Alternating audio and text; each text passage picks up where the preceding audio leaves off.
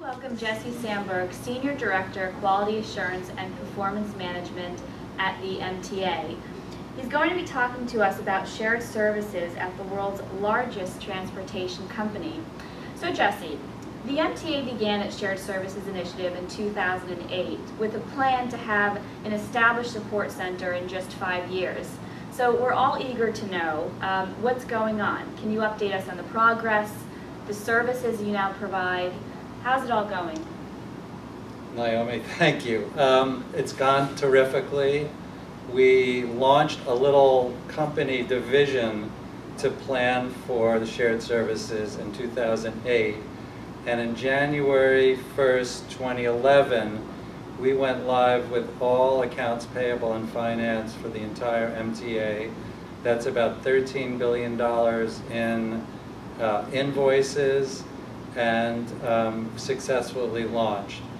Now, we were cautious about HR because we wanted to make sure we had payroll and HR right, so we did that in 2 phases. Our first phase, also January 1st, 2011, 18,000 people for HR payroll, and then in July 2012, we went live with about 50,000 employees for the subway and bus division for HR and payroll. At this point, we are live, we're stabilized, and we're successful. Congratulations, such a massive feat in a short amount of time.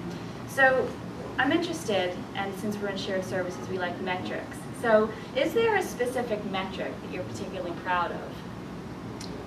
Well, interestingly enough, and I would predict this is true across the board, the before metrics are very hard to come by because most public sector companies do not measure their performance.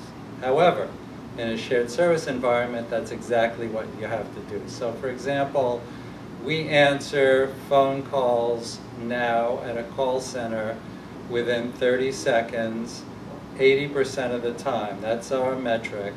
We beat it consistently. We basically abandoned between 1% and 2% of the calls, but currently we're even less than that. So by any metric of even private sector, our call center is very, very successful. We pay invoices on time within 30 days. We actually are accelerating some of that to take more savings, but what can be measured can be improved. And so if we always know where we stand, we can always know how we can be better. Excellent. So clearly a lot of successes to celebrate. So we're interested in hearing what are some of the challenges that you've experienced. If you could highlight for us maybe top 3 of those biggest challenges. I would say the first challenge is the approach we took. We called it the Big Bang approach. And what we decided to do was launch on a particular day and lift and shift many employees into a new center. So the challenge was, you're sitting in December doing your old job, you're also being trained for a new job, and on January 2nd, you're in a new location, in a new seat, with a new technology and a new job. That challenge, it's very, very difficult. The reason we did it was because we were intent on realizing the savings we had projected, so on January 1, we went live with fewer people. So training and transition and readiness, a huge issue. I'm agnostic about whether our approach was better or whether you could argue that a slower transition is better. So that's one. One of the fallouts from that is once you're live, if you need support, you've already significantly reduced your budget, and now we're going back for money instead of saying we're saving money. Labor, of course, is always an issue in the public sector. We have a unionized shop. Our union employees have done an incredible job, but performance metrics generally is not part of a job description. And so if Jesse does 50 invoices a day and Naomi does 70 and Sean does 90, how would we measure performance in that situation? Finally, I'd say this about leadership. I would suggest that somebody not get into the shared service world unless there's very, very strong senior leadership support. This isn't for the faint of heart. It's very hard. But that slog, we only do it because it also has a very big payoff. But make sure your senior executives are fully on board and everyone understands the challenge. Excellent. So last question, we always talk about the term innovation, and it's kind of a loose term.